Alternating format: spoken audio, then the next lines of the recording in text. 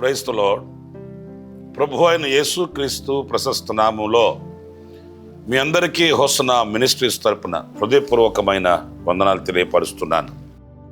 Praise the lord. प्रभु यीशु मसीह के प्रशस्त नाम में आप सबको होसना सेवकाई के तरफ से हार्दिक शुभकामनाएं देता हूं. ప్రియులారా, ఈ నూతన సంవత్సరంలో ఈ రీతిగా మనం ప్రభువుని స్తుతించే ఈ గొప్ప భాగ్యాన్ని అనుగ్రహించిన తండ్రికి కృతజ్ఞులం. हे प्रियो, इस नए साल में इस तरह परमेश्वर की स्तुति आराधना करने के लिए जो भाग्य दिए, इसके लिए हम परमेश्वर की स्तुति करते हैं. ఆయుష్ను ఆరోగ్యాన్ని అనుగ్రహించే తండ్రి తన కౌగిలిలో నేటి వరకు మనల్ని భద్రపరిచి సజీవులుగా మనల్ని ఉంచాడు. आयु और स्वास्थ्य देने वाले परमेश्वर आज तक उनके आलिंगन में हमें बचा के रखे हैं. ఆయనతో సహజీవనం చేస్తూ ఆయనను హత్తుకుని బ్రతకవలసిన ఆవశ్యకత మనకు ఎంతైనా కూడా ఉంది. उनके साथ जीते हुए उनके साथ चलने की ज़रूरत हमें बहुत है. ఆయనతో అంటే దేవుని వాక్యంతో, उनसे मतलब परमेश्वर के वचन से. దేవుని వాక్యం చేత మనం బలపరచబడాలి, దీవించబడాలి. परमेश्वर के वचन के द्वारा हमें सामर्थ्य पाना है और आशीष पाना है. దేవుని వాక్యం శ్రేష్టమైనది, అమూల్యమైనది, నిష్కళంకమైనది. परमेश्वर का वचन उत्तम, अनमोल और निष्कलंक है. ఈ దేవుని వాక్యాన్ని మనం నిత్యము ధ్యానించాలి. ये परमेश्वर के वचन को हमें नित्य ध्यान करना चाहिए. కీర్తనల గ్రంథంలో కూడా మనం చదువుతాము, भजन संहिता में भी हम पढ़ेंगे. యెహోవా ధర్మశాస్త్రమును దివారాత్రములు ధ్యానించాలి అనే వాక్యాన్ని మన పరిశుద్ధ గ్రంథంలో చదువుతాము. यहोवा की व्यवस्था पर रात दिन ध्यान करना है, ये वचन हम धर्मशास्त्र में पढ़ते हैं. కనుక ప్రతిదినము అనుక్షణం దేవుని వాక్య ధ్యానం చేత మనం బలపరచబడదాం, దీవించబడదాం. तो हर एक दिन और हर एक पल परमेश्वर के वचन के द्वारा हम सामर्थ पाएंगे और आशीषित होंगे. ఈ పూట పరిశుద్ధ గ్రంథంలో నుంచి ఆది కాండం 17వ అధ్యాయం 7వ వాక్యాన్ని నేను చదువుతాను, ఆలకించండి. आज के दिन पवित्र शास्त्र से उत्पत्ति 17वां अध्याय 7वां वचन में पढ़ूंगा, आप सुनिए. నేను నీకును నీ తరువాత నీ సంతానమునకును దేవుడినై ఉండునట్లు, मैं तेरे साथ और तेरे पश्चात पीढ़ी पीढ़ी तक तेरे वंश के साथ भी इस आशय की युग युग की वाचा बांधता हूँ. ప్రియులారా, ఈ వాక్య భాగంలో నీకును నీ తరువాత నీ సంతానమునకును దేవుడినై ఉండును లేక ఉండునట్లు అనే మాట మనం ధ్యానించాలి. हे प्रियो, इस वचन में तेरे साथ तेरे पीढ़ी पीढ़ी तक मैं परमेश्वर बन के रहूंगा, इस वचन का हम ध्यान करेंगे. మనకు దేవుడు కావాలి. हमें परमेश्वर चाहिए. ఆయనే మనం సృష్టించాడు గనుక, वही हमारा सृजनहार है, इसलिए ఆయనే మనకు రూపకల్పన చేశాడు గనుక, वही हमारी कल्पना की है, इसलिए ఆయన చేత కలుగు చేయబడిన వారము గనుక, हम उनके हाथ के बनाए हुए काम है, इसलिए ఆయన చేతనే మనం బ్రతికించబడాలి, उनके द्वारा ही हमें जीवित रहना है, మనం నడిపించబడాలి. उनके द्वारा ही हमें अगुवाई पाना है. ఆయన లేని బ్రతుకు కాదు. उनके बिना हमारा जीवन जीवन नहीं है. ఆయన లేకుండా ఏమీ సాధించలేమండి. उनके बिना हमारे लिए सब कुछ असंभव है. ఆయన లేకుండా ఏది కూడా మనం సఫలమై ముందుకు వెళ్ళలేము. उनके बिना हम सफलता नहीं पा सकते और आगे नहीं बढ़ सकते हैं. కనుక ఆయన తోడు నీడలు మనకైనా మన కుటుంబానికైనా మన సంతతికైనా తప్పనిసరిగా ఉండాలి. इसीलिए उनका साथ और उनका चाव हमको, हमारे परिवार को और हमारी पीढ़ी पीढ़ी तक जरूरी है. దేవుడు లేని ప్రజలుగా మనం ఉండకూడదు. बगैर परमेश्वर के लोगों के जैसे हमें नहीं रहना है.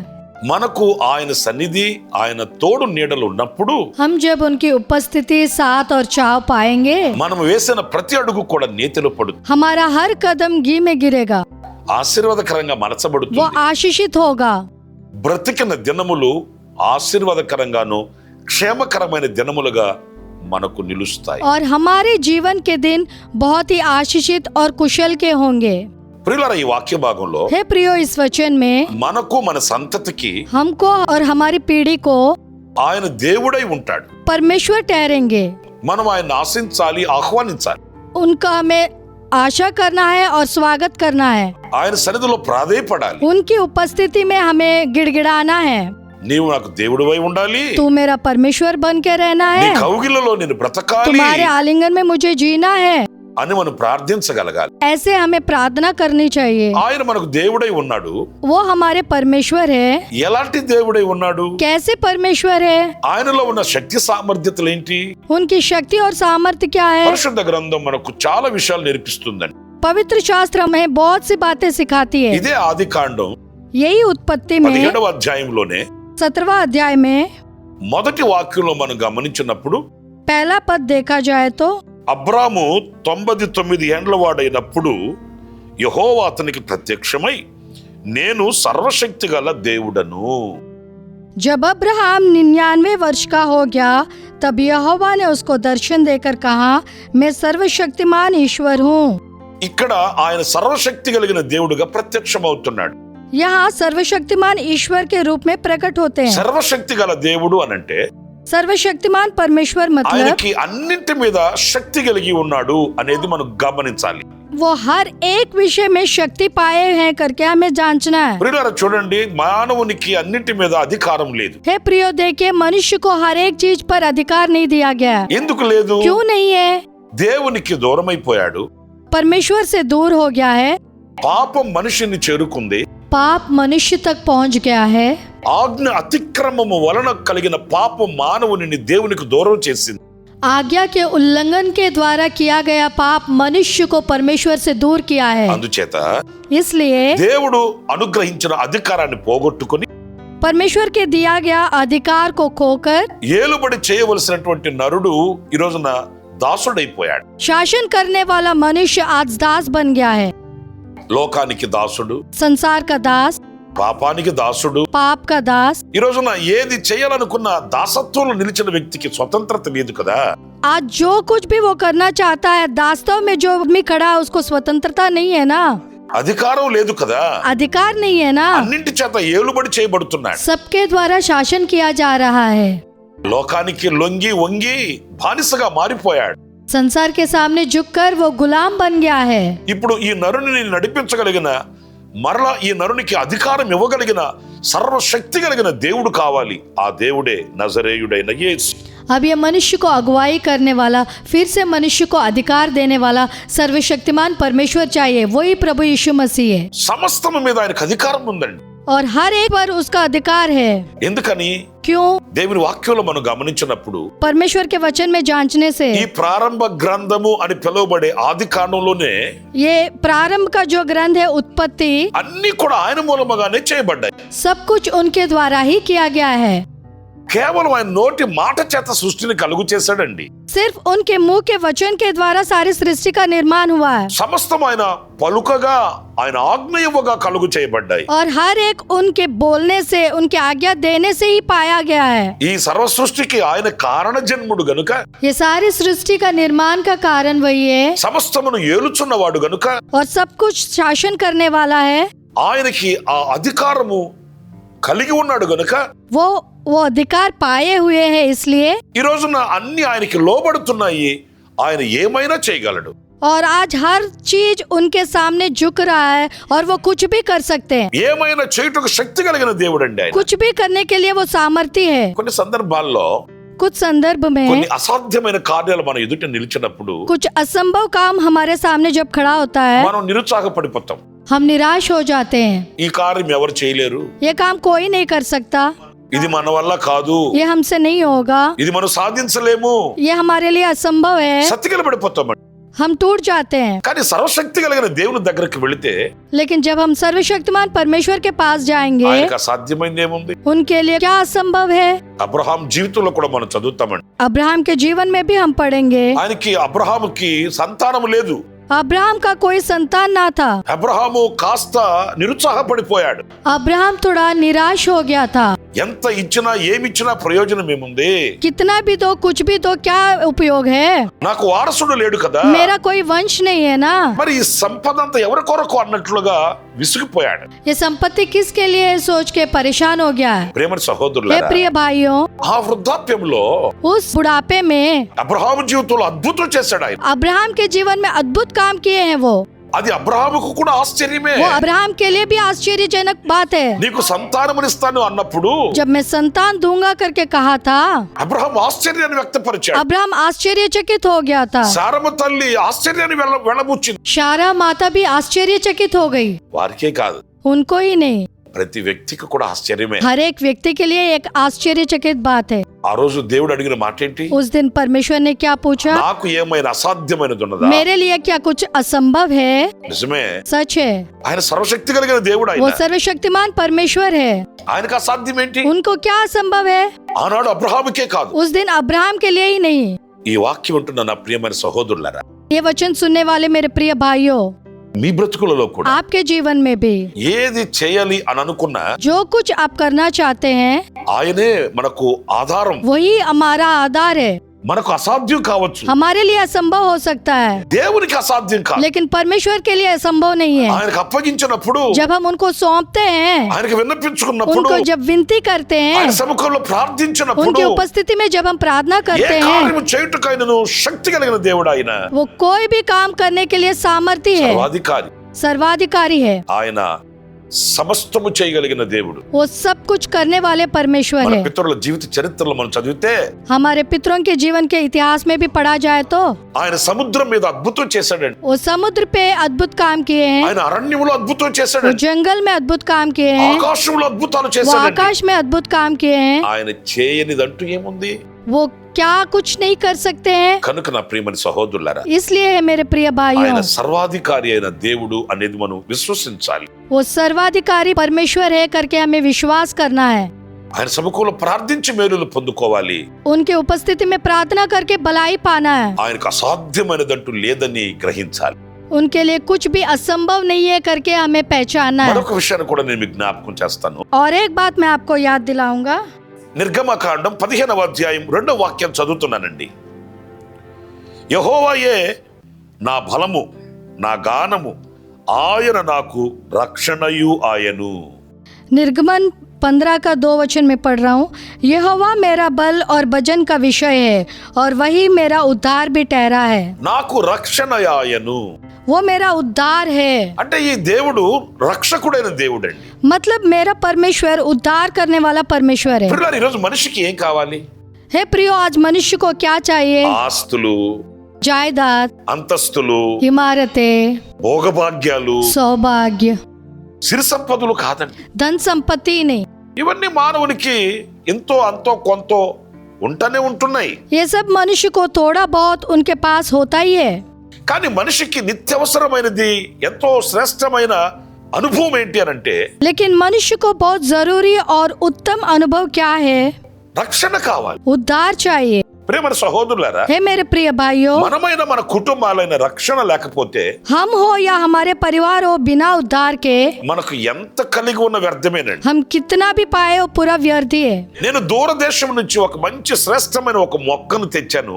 मैं दूर देश से एक उत्तम पौधा लेके आया हूँ, చాలా విలువ కలిగినది, बहुत ही अनमोल है, చాలా వెల కలిగినది. बहुत ही मूल्यवान है। ఆ తెచ్చిన ఆ విలువైన వెలగలిగిన మొక్కని నడివీధిలో నాట్యని అనుకోండి, अगर वो अनमोल पौधे को अगर मैं बीच सड़क में अगर रोपा हूँ तो అది కాపాడబడదు కదా, वो बचाया नहीं जाएगा ना, అది ఫలించదు కదా, वो फलवंत नहीं होगा అది ना, వర్ధిల్లదు కదా, वो बढ़ेगा नहीं ना, మనం ఆశించినటువంటి ప్రతిఫలం మనం పొందుకోలేము కదా. हम आशा किए हुए प्रतिफल को हम नहीं पा सकते हैं ना। దూరదేశం నుంచి తెచ్చిందే, दूर देश से ही लेके आए हैं, ఎంతో వెల కలిగినదే, बहुत ही अनमोल ही है, ఎంతో విలువైనదే. बहुत ही मूल्यवान है। కానీ దానికి ఒక రక్షణ లేనప్పుడు अगर उसका कोई बचाव नहीं होने से అది ఎలాగా ఫలిస్తుంది, వృద్ధి చెందుతుంది? तो वो कैसे फलवंत होगा और कैसे बढ़ेगा? మరి ఒక మొక్కకే అంత రక్షణ కావాల్సి వచ్చినప్పుడు तो एक पौधे के लिए ही उतना बचाना जरूरी है। तो దేవుని పోలికగా ఆయన స్వరూపమందు చేయబడిన నరునికి రక్షణ ఏది? और परमेश्वर के रूप में उनके स्वरूप में बनाए जाने वाले मनुष्य का उद्धार कहाँ है? దేవుని ఆత్మ మనలో ఉంది కదా, परमेश्वर की आत्मा हम में है ना, మనం దేవుని స్వరూపం కదా, हम परमेश्वर के स्वरूप है ना।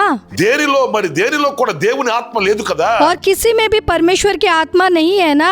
ఒక నరునికి మాత్రమే కదా ఆయన తన ఆత్మను ఉంచింది। सिर्फ मनुष्य ही ना परमेश्वर की आत्मा को पाया है। మరి ఈ ఆత్మ దీపము ఆరిపోకుండానట్లు ఉండవలసిన రక్షణ ఏది? तो वो उद्धार कहाँ है जिससे हमारी आत्मा का दीप ना बुझे? మరొక మాట కూడా మీతో చెప్తానండి। और एक बात मैं आपको बताऊंगा, సాతాను అనే శత్రువు शैतान जो शत्रु है, ఎవడిని మృంగుదునానని గర్జించు సింహము వలె తిరుగుతున్నాడట। गरजने वाले सिंह के समान इस खोज में है कि किसको निगलूं। వాడి పనేంటి? उसका काम क्या है? మనల్ని కృంగదీయడం, हमको तोड़ना है, మనల్ని దేవునికి దూరం చేయడం, हमें परमेश्वर से दूर रखना है నిత్య నాశనానికి మనల్ని ఈడ్చుకుని వెళ్ళడం। और हमें नाशमान मार्ग में लेके जाना है। ఈ కఠినాత్ముడైన సాతాను ये कठिन शैतान ఎవరు దొరుకుతారా, ఎవరిని మృంగుదమా అని తిరుగుతున్నాడట। कौन मिलेगा, किसको निगल लूंगा करके घूम रहा है। వాడి నోట పడ్డ కుటుంబాలుగా ఉండవు। उसके मुंह में जो परिवार गया वो परिवार के जैसे नहीं रहेगा। వాడి నోట పడ్డ వాడి చేతిలో చిక్కిన వ్యక్తులుగా ఉండరు। उसके मुंह में फंसा हुआ, उसके हाथ में फंसा हुआ व्यक्ति के जैसे नहीं रहेंगे। ఆ బ్రతుకులో శాంతి సమాధానాలు ఉండవు। उनके जीवन में शांति नहीं रहेगा। బ్రతుకులో ఉండవలసిన రమ్యత కనిపించదు। जी रहे हैं लेकिन उनके जीवन में कुछ सुंदरता नहीं होती है। ఏదో తెలియని దుఃఖం, ఆవేదన, अनजान दुख और तकलीफ అసంతృప్తికరమైన అనుభవాలు, और असंतृप्ति का अनुभव, గుండెకు సమాధానం లేని అనుభవాలు, और उनके हृदय में कुछ भी मेल मिलाप नहीं रहने का अनुभव। ఇదిగో ఇలాంటి చీకటి సంబంధమైన అనుభవాలతో క్షీణించిపోతుంటారండి। ऐसे अंधकारमय अनुभवों के द्वारा वो कमजोर पड़ रहे हैं। ఈ రోజున చాలా మంది ప్రార్థన చేయించుకోవడానికి వచ్చినప్పుడు కూడా और आज के दिन बहुत से लोग जब प्रार्थना करवाने आते हैं, వాళ్ళు చెప్పే మాట ఏంటంటే, वो क्या बताते हैं? కుటుంబాలలో నెమ్మది ఉండట్లేదండి, हमारे परिवार में चैन नहीं है, హృదయంలో నెమ్మది ఉండట్లేదండి, हमारे हृदय में चैन नहीं है, సంపాదించింది మిగలట్లేదండి, और जो कमाते हैं वो बच नहीं रहा है, ఏదో తెలియని ఒక శాపం మమ్మల్ని వెంబడిస్తుందండి। और एक श्राप हमारा पीछा कर रहा है। వీటన్నిటికీ కారణం ఏంటి? इस सब का वजह क्या है? సాతాను యొక్క ఏలుబడి, शैतान का शासन సాతాను యొక్క కబంధ హస్తాలలో నలిగిపోవడం। और शैतान के हाथों में फंस जाना। ప్రియమైన సహోదరులారా, हे प्रिय भाइयों, ఆ సంహారము ఏ కుటుంబంలో అడుగు పెడుతుందో, जहाँ कहीं उनका नाश आगमन होता है, ఈ సంహారం అనే ఈ సాతాను యొక్క సైన్యం ఎక్కడ ఏ ప్రాంతంలో నిలిచి ఉంటుందో, ये नाशमान शैतान का समूह जिस स्थान में खड़ा होता है, ఆ ప్రాంతాలైనా కుటుంబాలైనా వ్యక్తులైనా ఆశీర్వాదకరంగా ఉండలేరండి। वो स्थान हो, वो परिवार हो, वो व्यक्ति हो, आशीषित नहीं रहेंगे। నా ప్రియమైన సహోదరులారా, हे मेरे प्रिय भाइयों, అందుకే इसलिए మనల్ని రక్షించి కాపాడి భద్రపరచడానికి, हमारा उद्धार करके बचा के सुरक्षित रखने के लिए, మన హృదయము సాతానికి వశము కాకుండా మనల్ని కాపాడడానికి हमारा हृदय शैतान के वश में ना पड़े हमें बचाने के लिए రక్షకుడు మనకు కావాలి। उद्धार करता हमें चाहिए। యేసుక్రీస్తు ఎవరు? यीशु मसीह कौन है? రక్షకుడు। उद्धार करता है। ఆయన మత స్థాపకుడు కాదు, वो धर्म का स्थापन करने वाले नहीं है, ఆయన కులకర్త కాదు, और वो बिरादरी के करता नहीं है, ఆయన మతకర్త కాదు। और वो धर्म के करता नहीं है। యేసుక్రీస్తు ఒక తెగకి ఒక దేశానికి మాత్రమే ఆయన దేవుడు అని పిలువబడడానికి రాలేదండి। यीशु मसीह सिर्फ एक बिरादरी का या एक देश का ही परमेश्वर बुलाने के लिए नहीं आए हैं। ఆయన రక్షకుడు, वो उद्धार करता है, ప్రతి మానవాళికి రక్షకుడు, वो हर एक मनुष्य का उद्धार करता है, జీవ శ్వాస కలిగిన ప్రతి మనిషికి రక్షకుడు। और सांस चलने वाले हर एक मनुष्य का उद्धार करते हैं। పరిశుద్ధ గ్రంథంలో వ్రాయబడిన మాట ఏంటి? पवित्र शास्त्र में क्या लिखा गया है? యేసుక్రీస్తు అందరికీ ప్రభు। यीशु मसीह हर किसी का प्रभु है, ఒక కులానికి మతానికి వర్గానికి మాత్రం కాదండి। एक बिरादरी, एक धर्म और एक वर्ग के लिए ही नहीं।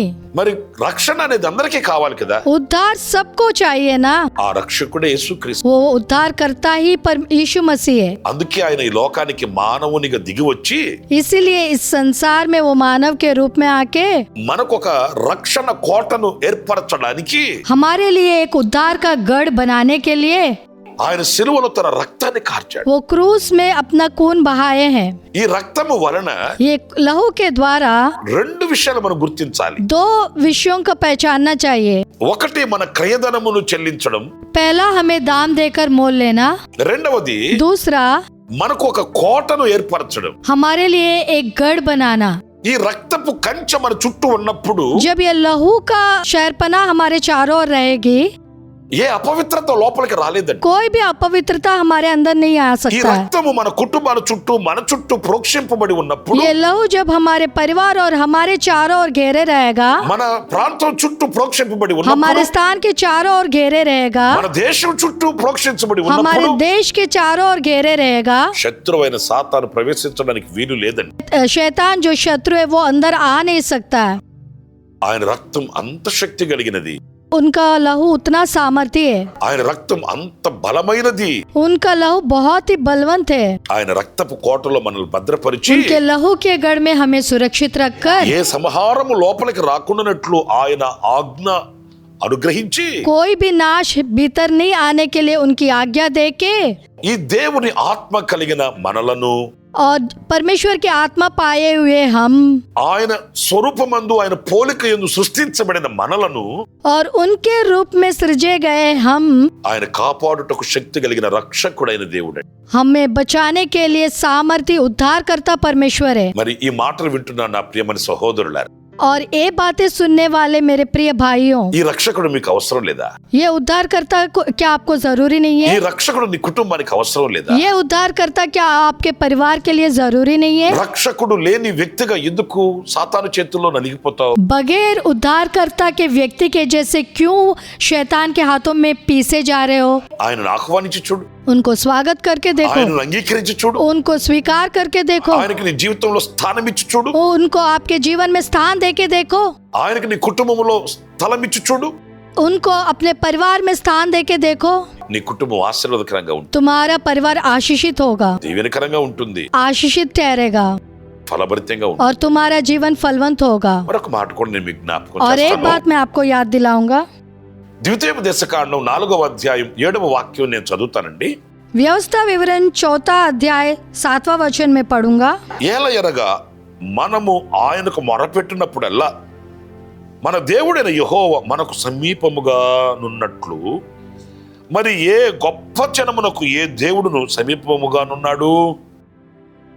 देखो कौन ऐसी बड़ी जाति है जिसका देवता उसके ऐसे समीप रहता हो जैसा हमारा परमेश्वर यहोवा, जबकि हम उसको पुकारते हैं। ఆయన సమీపముగా ఉన్న దేవుడు అంటే वो हमारे समीप रहने वाले परमेश्वर है। ఎవ్వరికి ఏ దేవుడు సమీపముగా లేనంతగా ఆయన సమీపముగా ఉండు దేవుడు. किसी को भी कोई देवता समीप ना रहने वाले उतना समीप हमारा परमेश्वर रहने वाला है। వాస్తవంగా దేవుడు అంటే మనకు ఒక అవగాహన ఉంటుందండి. हकीकत में परमेश्वर मतलब हमें एक समझ होती है, ఆయన ఎక్కడో కానరాని లోకంలో ఉంటాడు. वो कहीं अनजान स्थान में रहता है। ఆపద వచ్చినప్పుడు, ఆవేదనలు కలిగినప్పుడు, కన్నీళ్లు, కష్టాలు, నష్టాలు కలిగినప్పుడు जब तकलीफ होती है, मुसीबत में रहते हैं, आंसू क्लेश होने से మనం ఆయన దగ్గరికి వెళ్ళి విన్నపించుకోవాలి అనేది మన అవగాహన. हम उनके पास जाके प्रार्थना करना है करके हम जानते हैं। కానీ ఈ మాటలకి వ్యతిరేకంగా ఈ వాక్యం మనకు కనిపిస్తుంది. लेकिन इन बातों के विरोध में ये वचन दिखाई देता है। ఆయన ఎక్కడో కానరాని లోకాన్ని ఉండేవాడు కాదండి. वो कहीं अंधे के स्थान में रहने वाला नहीं है।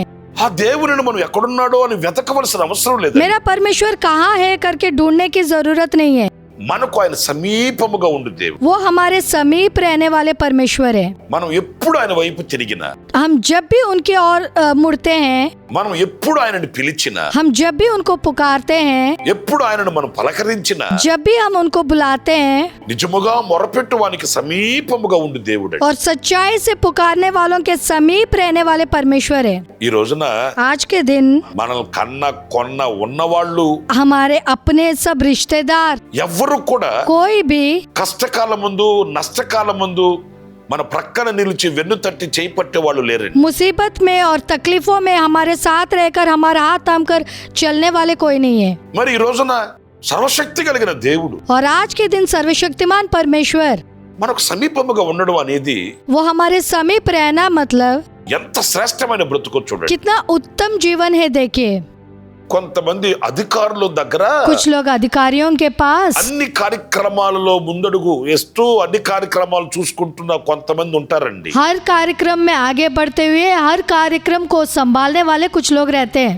వాళ్ళకి ఎక్కడికి వెళ్ళినా నేను ఫలానా అధికారికి సంబంధించిన వ్యక్తిని అనే ధైర్యం ఉంటుందండి. वो कहीं भी जाएंगे मैं फलाने अधिकारी का संबंधी हूँ करके वो हिम्मत से रहते हैं.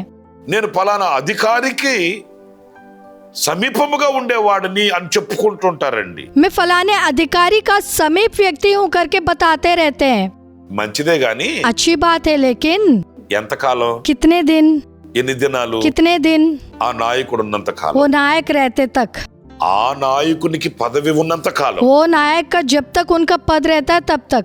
ఆ తర్వాత ఎవరైనా లెక్క చేస్తారండి? उसके बाद क्या उनका कोई हैसियत रहता है? అల్పకాలం, కొంతకాలం ఉన్న అధికారికి ఉన్న అధికారంలో నడిపించబడుతున్న వీరికే అంత ధైర్యం ఉంటే, थोड़े दिन के अधिकारी के अधिकार में रहने वाले इनको ही उतना हिम्मत होने से, మరి నిరంతరం నిలిచే సర్వశక్తి కలిగిన దేవుడు మనకు సమీపముగా ఉంటే మన బ్రతికి ఎలా ఉంటుంది? तो निरंतर ठहरने वाले सर्वशक्तिमान परमेश्वर अगर हमारे समीप रहने से हमारा जीवन कैसा रहेगा? అవసరాలలో అక్కరలో ఒకవేళ అధికారులైన మనకు మొండి చేయి చూపించవచ్చు, हमारी जरूरतों में शायद अधिकारी भी हमें काली हाथ दिखा सकते हैं ముఖం చాటు వేయొచ్చు, और उनका मुंह फेर सकते हैं, మనకు సంబంధం లేదు అని చెప్పేయచ్చు. हमको कुछ संबंध नहीं करके कह सकते हैं. కానీ నేను ఈ రోజు చెప్పే నా ప్రభు అయిన యేసుక్రీస్తు అలా కాదండి. लेकिन मैं आज जिसका प्रकट कर रहा हूँ मेरा प्रभु यीशु मसीह ऐसे नहीं है. నీవు పిలవగానే तुम्हारे పలకరించేవాడు, पुकारने से ही वो उत्तर देने वाले हैं. ఆయన వైపు చూడగానే నీ వైపు చూచేవాడు, तुम जैसे ही उनकी ओर मुड़ोगे तुम्हारे तरफ देखने वाले हैं. కృంగిన వేళ నిన్ను లేవనెత్తగలిగిన వాడు, टूटते समय तुमको उठाने वाले हैं. నీ బలహీనతలలో నిన్ను బలపరచగలిగిన వాడు, तुम्हारी कमजोरियों में तुम्हें सामर्थ देने वाले నీ हैं. కన్నీళ్లను తుడవగలిగిన వాడు, तुम्हारे आंसुओं को पोंछने वाले हैं నిన్ను ఆయన ఎత్తుకొని హత్తుకొని ముద్దాడగలిగిన వాడు. और तुमको उठा के आलिंगन में रख के तुम्हें चूमने वाले हैं. ఎవరైనా పరిశుద్ధ గ్రంథంలో మనం చదివినప్పుడు हे प्रियो, पवित्र शास्त्र में जब हम पढ़ेंगे, సముద్రం మీద ఆయన నడిచి వెళుతున్నాడు. ఒక రోజు समुद्र के ऊपर चल रहे थे. పేతురుకి ఆశ కలిగింది. पतरस को आशा हुई. యేసు ప్రభు శిష్యుడైన పేతురుకి యేసయ్యను అలాగ చూసి ఆశించి यीशु मसीह के चेले पतरस को यीशु मसीह को देखने पर आशा हुई है. యేసయ్యను అడిగాడు, यीशु मसीह से पूछे, నేను నీలాగా నీళ్ల మీద నడవాలని ఆశ నాకున్నది అన్నాడు. मैं तुम्हारे जैसे पानी पे चलना चाहता हूँ करके कहा है. నేను దేవుణ్ణి గనక ఇలాగా నడిచాను, నీకెక్కడ కుదురుతుంది అని అనలేదండి. मैं परमेश्वर हूँ इसलिए चल रहा हूँ, तुमसे कैसा होगा करके नहीं कहा है. ఆశలకైనా అవధులుండాలి, आशा का भी सीमा होना है. నేను నడిచినట్లుగా నువ్వు ఎలా నడవాలనుకుంటున్నావు అని నివారించలేదండి. मैं जैसे चल रहा हूँ वैसे तुम कैसे चल सकते हो करके उनको रोका नहीं. నీవు నీళ్ల మీద నడవాలని ఆశ కలిగితే రమ్మన్నాడు. अगर तुम पानी पे चलना चाहते हो तो आगे बढ़ो करके कहा है. ఆశ్చర్యకరమైన సంగతి చెప్పనా? आश्चर्यचकित बात बताऊं, పేతురు కూడా యేసుక్రీస్తు లాగానే నీళ్ల మీద నడవడం ప్రారంభించాడు. पतरस भी यीशु मसीह के जैसे ही पानी पे चलना शुरू किया. కొంత దూరం వెళ్ళాడు. कुछ दूर गया था. మానవ బుద్ధి కదండి, मनुष्य का बुद्धि है ना, మనిషి స్వభావం కదండి. मनुष्य का स्वभाव है ना. ఆ సముద్రాన్ని, ఆ అలజడులను, ఆ కెరటాలను చూచి, గాలిని చూచి భయపడిపోయాడు. वो समुद्र को, वो लहरों को, तरंगों को और हवा को देख के डर गया है. దేవుని మీద ఉండవలసిన దృష్టి ఎప్పుడైతే ఈ లోకం మీద, లోకములో ఉన్న అలజడుల మీద పడిందో, परमेश्वर पर टिकने वाली नजर जब इस संसार पर और संसार के तूफानों पर जब पड़ा है, వెను వెంటనే అతను మునిగిపోసాగాడు అని వ్రాయబడి ఉందండి. तुरंत ही वो डूबने वाला था करके लिखा गया है. ఈ చరిత్ర మీరు ये इतिहास आप మత్తయి సువార్త 14వ అధ్యాయం 24-25 వాక్యాల్లో మీరు చూస్తారండి. मत्ती सुसमाचार 14 अध्याय 24 और 25वां वचन में आप देखेंगे. అతడు నీళ్లలో మునిగిపోతున్నప్పుడు కేక వేశాడట. जब वो पानी में डूब रहा था तो चिल्लाने लगा है. ప్రియులారా, ఎప్పుడైతే అతను కేకలు వేశాడో, हे प्रियो, जब वो चिल्लाने लगा వెంటనే है, అతని కుడి చేతిని పట్టుకొని ప్రభు అతనిని లేవనెత్తును అనే మాట మనం చదువుతామండి. तुरंत उनका दाहिना हाथ पकड़कर यीशु मसीह उनको उठाए करके हम पढ़ सकते చూడండి हैं. ఆ వాక్య భాగంలో देखिए इस वचन అతను में పిలువగానే, वो पुकारते ही, అతను కేక వేయగానే, वो उनके चिल्लाने के तुरंत ప్రభు बाद వైపు అతను మనసును నిలుపుకోగానే, परमेश्वर की ओर जब उन्होंने मन टिकाया, వెంటనే ఆయన అతని చేతిని పట్టుకున్నాడు. तुरंत ही उनका हाथ उन्होंने पकड़ा है. ఎందుకని? किस लिए? అంత సమీపముగా ఉండువాడు ఆయన, उतने समीप रहने वाले परमेश्वर అంత है, దగ్గరగా ఉండువాడు ఆయన. उतने समीप रहने वाले నీ परमेश्वर है, స్వరాన్ని వినేవాడు. हमारा आवाज सुनने वाले నువ్వు हैं. పిలిస్తే నీ దరికి చేరి నిన్ను చేతిని పట్టుకునే అంత సమీపముగా ఉండువాడు. तुम पुकारने से तुम्हारे समीप आकर तुम्हारे हाथ पकड़ने के इतने समीप रहने वाले हैं। అధికారులైన వాళ్ళు, సామంతులైన వాళ్ళు, ఆసాములు, భూసాములు ఒకవేళ నీకు సమీపముగా లేకపోవచ్చేమో కానీ अधिकारी लोग, सामर्थी लोग और जमींदार लोग तुम्हारे समीप नहीं हो सकते, ఈరోజు నేను लेकिन ప్రకటించిన ప్రభు అయిన యేసుక్రీస్తు నీకు సమీపముగా ఉండువాడు. आज मेरा परमेश्वर जिसको मैं प्रकट कर रहा हूँ वो तुम्हारे समीप रहने वाले हैं। తన బలమైన హస్తం నీ కొరకై చాపి నిన్ను ఆదుకోగలిగిన వాడు. उनका सामर्थी हाथ बढ़ाकर वो तुम्हें बचाने वाले हैं। ఎవరు లేరని, कोई नहीं है ఎవరు करके, పట్టించుకోవట్లేదని, कोई ध्यान नहीं दे रहा ఎవరు నీ करके, విన్నపాలు వినట్లేదని कोई तुम्हारी विनती नहीं सुन रहा విసుగు करके చెందుతున్నావా? तुम दुखी हो क्या, అలసిపోయి ఉన్నావా? थके हुए हो क्या? ఇదిగో నా ప్రభు అయిన యేసు క్రీస్తుని అంగీకరిస్తే, देखो, अगर मेरे प्रभु यीशु मसीह का ఆయనని अंगीकार करोगे విశ్వసించి तो, ఆహ్వానిస్తే अगर तुम उनको विश्वास करके स्वागत करने से, నిశ్చయముగా ఆయన నీకు సమీపముగా ఉంటాడు. निश्चय वो तुम्हारे समीप रहेंगे। ఎన్నటికి నీ ఎప్పటికి నీ చేయి విడవడు. वो कभी भी तुम्हारे हाथ नहीं ఆయన छोड़ेंगे, నీకు ముందు నడుస్తాడు, वो तुम्हारे आगे నిన్ను चलेंगे ఆవరించి ఉంటాడు. और तुम्हारे और घेरे रहेंगे, ప్రతి క్షణం నిన్ను పలకరించి నిన్ను ధైర్యపరిచి और हर पल तुमसे बातें करते हुए और तुम्हें ढाढ़स देते నీ हुए, వెన్ను తట్టి నీ చేయి పట్టి నడిపి तुम्हारा पीठ तपतपाते हुए तुम्हारे हाथ पकड़कर चलाने वाले ఆయన हैं। సమీపముగా ఉండు దేవుడు. वो समीप रहने वाले परमेश्वर हैं। ప్రియమైన సహోదరులారా, हे मेरे प्रिय ఈ भाइयों, దేవుడు నీకును నీ సంతతికి నీ దేవుడై ఉండాలని ఆశిస్తున్నావా? ये परमेश्वर तुम्हारे लिए और तुम्हारे पीढ़ी के लिए भी परमेश्वर बनाना चाहते हो? ఈ దేవుడు నీతో కూడా, నీ పిల్లలతో కూడా, నీ సంతతితో కూడా ఉండాలని కోరుకుంటున్నావా? ये परमेश्वर तुम्हारे साथ, तुम्हारे संतान के साथ, तुम्हारे पीढ़ी के साथ रहने की कामना करते हो? ఇదిగో ఈ సమయాన్ని నువ్వు ప్రార్థిస్తే अभी ये समय में अगर तुम प्रार्थना करने से, నీకు ఆశీర్వాదకరమైన గడియ ఇది. ये आशीषित समय है। తల వంచండి, ప్రార్థన చేసుకో. सिर झुकाइए, प्रार्थना करेंगे। ఆశ్చర్యకరుడమైన తండ్రి, हे आश्चर्यचकित पिता, జీవాధిపతి అయిన ప్రభువా మీకు వందనాలు हे చెల్లిస్తున్నాను. जीवाधिपति परमेश्वर, तुमको धन्यवाद देते हैं। మీరు మాకును మా సంతతికి నీ తోడుగా ఉండి దేవుడు నాయనా. आप हमारे लिए और हमारे पीढ़ी के साथ रहने वाले परमेश्वर हैं। మీరు లేకుండా క్షణమైన మేము బ్రతుకలేమే. आपके बिना एक पल भी हम नहीं जी सकते हैं। తోడు నీడలు మాకు కావాలి ప్రభువా. आपका साथ हमें चाहिए परमेश्वर। నీవు సర్వశక్తి కలిగిన దేవుడు అని, तुम सर्वशक्तिमान परमेश्वर हो, నీవు రక్షకుడు అయిన దేవుడు అని, तुम उद्धारकर्ता परमेश्वर हो, నీవు సమీపముగా ఉండు దేవుడు और అని तुम समीप रहने वाले परमेश्वर हो। లేఖనాలలోంచి మేము ధ్యానిస్తూ వచ్చాము. लेखन भाग से हम ध्यान करते हुए आए हैं। ఇదిగో మాతో ఉండమని, देखिए, हमारे साथ रहिए మమ్మల్ని నడిపించమని, और हमारी अगुवाई करिए, మాకు రక్షకుడు అయి ఉండమని, हमारे उद्धारकर्ता बन के रहिए, మమ్మల్ని ఆవరించి ఉండమని हमें घेरे रहिए।